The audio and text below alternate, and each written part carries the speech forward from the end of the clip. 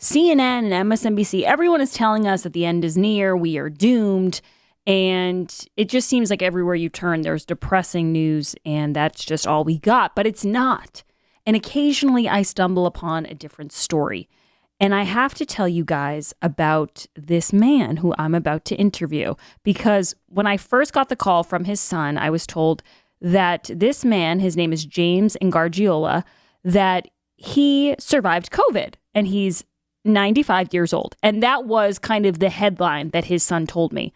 And that is a headline. I mean, this disease or this virus really does affect older people. So whenever you hear of an older person combating the disease, you're happy and it gives you hope. Then I read some background on James, and I realized there's a lot more to this story than 95-year-old beats COVID. James, thank you so much for joining the Grace Curley Show. Hi, thanks, Grace. James, first of all, I think a part of your story that my audience would be very interested in hearing is about your experience in World War II. You're a World War II vet. Tell us a little bit about your background. Well, I was one of the smallest Marines they ever had, and but I was always seemed to be with a bunch of guys like John Wayne, who or James Arness, who would encourage me to hang in there and keep doing what we do as Marines. And I was able to stay with them. Don't know why, but there was, I think, God watched over me throughout the whole 95 years. I've had ups and downs, but I've had one of the best and yet happiest lives of most men will ever have. I wish everybody could have had the life I've had. I've had a great life.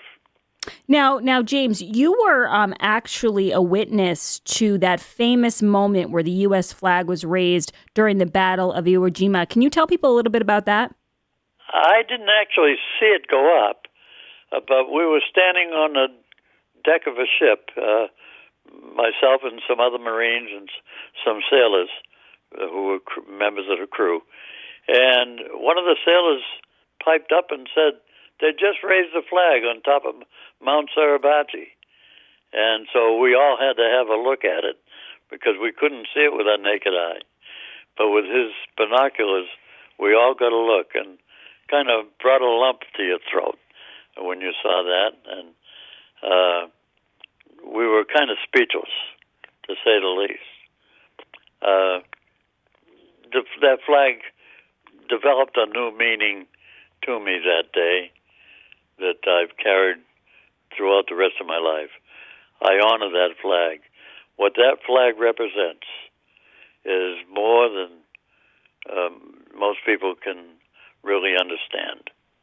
Now, James, I do have to ask you about the rest of your life once you got home, because something in your story I found really interesting is that you weren't able to finish your education, and you were given an honorary degree from Brockton High. But in 1995, you actually went back to school. Can you tell us a little bit about that? Yeah, I was 70 years old. My daughter came in. She was going to Bridgewater State College, and she came home one day with an application and put it in front of me. She said, "Sign this."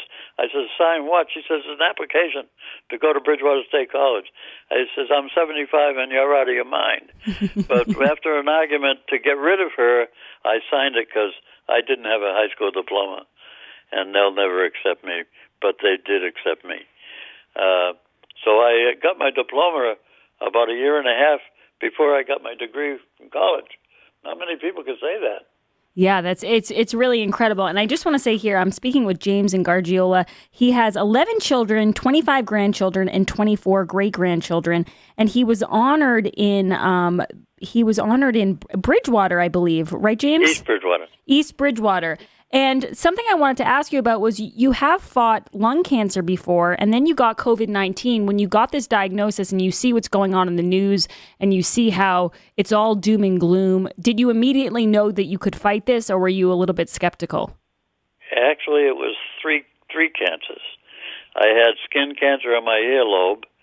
I had cancer in my neck, which they had to take it out. And then I had cancer of both lungs.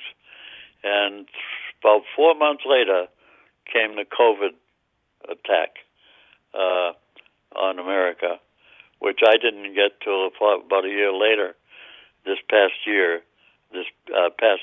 February.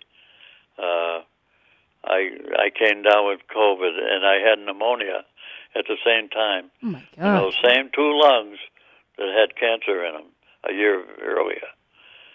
So it's been quite a struggle, and I'm laying in a hospital, and there was a young fireman who, during part-time, off-duty fireman, worked in the emergency room at the hospital. And I don't know if what fire department he came from, and I wish I knew his name, because he encouraged me to fight this COVID thing. He seemed to pay more attention to me than others. I don't know if he really did or not, but he was with me a lot, and treating me like maybe I'm a relative or something. He realized my background of being a veteran of World War II, and I think that might have drew him to me. And then my daughter called me, and my daughter is a nurse, and she has held the hand of many people who were about to leave this world. And she seemed to have a gift for that. And I told her, you won't be able to come here and hold my hand, but I'm about to leave this world. And she said, don't you dare do this to me, Daddy. And this is the same girl that sat on my knee when she was little, put her arms around my neck and give me a kiss on the cheek and say, I love you, Daddy. And if no daddy has ever felt that, he has missed the best thing in his life. And so I told her, I sang her a song about not giving up. And and I didn't give up. She encouraged me to stay between her and that fireman. I had to fight this thing. And I don't know how I fought it, but it must have been God himself reaching down and taking hold of me, because only God could have actually healed me from this thing. James, one of the selectmen at one of the many ceremonies that you're honored at says, I think if we all had some of the strength and dedication that Jim has, we'd all be better people. It's really just incredible what you have survived, and I know your family is very proud. I'm sure your daughter especially, but your whole family is very proud of you. I know we spoke with your son, and he was incredibly proud of you. He kept saying to me, you've never talked to anybody like him before. And you know what, James? I have never gotten choked up on the radio yet. I've only been doing this for a couple months, but you're the first person to have me do that. You're an incredible man. We thank you so much for your service. We wish you all of the best. And well, there's one thing. I'd like to be on with you again sometime. You will be. Because I am an ultra conservative, and I think you would like the things I have to say, because I grew up in the 30s, and I remember them well. And I remember things that happened in the 30s that would put a shame to Americans today, and especially the president we have. They thought Hoover was bad. This guy, well, no, I won't go into it, but America is not the same America that I grew up in during the Great Depression, they called it. They were happier times. People smiled more in those days. People went to church on Sunday. The Jews went to synagogue on Saturday. Stores were closed on Sunday. And people just took it easy on a Sunday. They worshiped God. And in 1962, they kicked God out of our country, and they're paying the price for it today. And you can't do that. I'm sorry. I didn't mean to blow my stack. Never be sorry, James. That was wonderful. I see the difference between the 1930s and now, and I could tell you a lot more if you'd like to have me on. James, we will definitely have you back. We'll definitely have you back. And I actually think about that often. I think as the greatest generation, especially, they went through so much, and they seem to have a better appreciation for the freedom and the beauty of this country because they had to fight for it. And now there seems to be a lot of people who are very happy to tell you how much they hate this country, and they've never had to do anything to fight for that freedom. James, we thank you so much for fighting for our freedom and for joining the show. And I wish you all the best with your health. We will definitely have you on again soon. James Ingargiola, he's a 95-year-old Marine Corps vet. He's also a survivor of cancer, and he beat COVID. An all-around wonderful American. Thank you so much for joining the show, sir. Thank you, Grace. My mother's name was Grace, too, by the way. So I honor that name.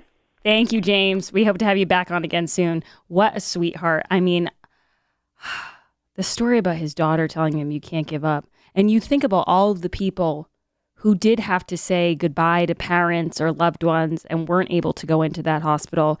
It's just heartbreaking. But I'm glad we got to bring some good news to the Grace Curley Show. We spent a lot of time, poking fun at people, but it's nice to bring some positivity. The Biden administration's policies and executive orders are already causing some economic disturbance. Tax laws are going to change. Your tax burden on selling real estate will grow. Don't get caught flat-footed and squander the equity in your real estate built up over years or even decades. Sell today with J.J. Manning. For over 40 years, J.J. Manning has been the leading auction house in New England. Whether it's high-end homes, estates, or commercial properties throughout New England, J.J. Manning can get your property sold fast and contingency-free. Now, there's a big reason why Mass Lawyers Weekly has voted J.J. Manning number one for 4 consecutive years in a row. And I'm going to tell you that big reason. And you're going to understand it right when I say it. They have a huge following of bidders who pay cash. Cash is king. When you sell with the broker, you pay the commission, but in an auction, the buyer pays. These are treacherous times in the real estate market. You want to have someone on your side. You want to have someone fighting for you and helping you get the best deal possible. Some sectors are at all-time highs. Others are losing ground. Don't wait until Joe Biden destroys this sector of the economy before you cash out. To learn more on how to get your property sold fast, contact Charlie Gill at jjmanning.com. With over 16,000 sales and satisfied clients, you can be the next one. Call them today at 1-800-521-0111. That's 1-800-521-0111, or go to jjmanning.com and get your property sold. We'll be back on the other side. We'll open up the phone lines, 844-500-4242. This is The Grace Curley Show. Follow Grace on Twitter at @G_Curley.